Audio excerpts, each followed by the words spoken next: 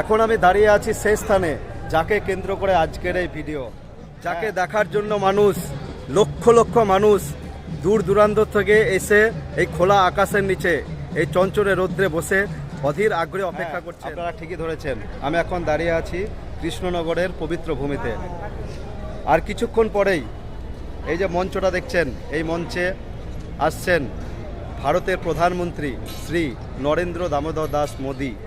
তার মূল্যবান বক্তব্য শোনার জন্য আমরা সকাল থেকে অধীর আগ্রহে অপেক্ষা করছি।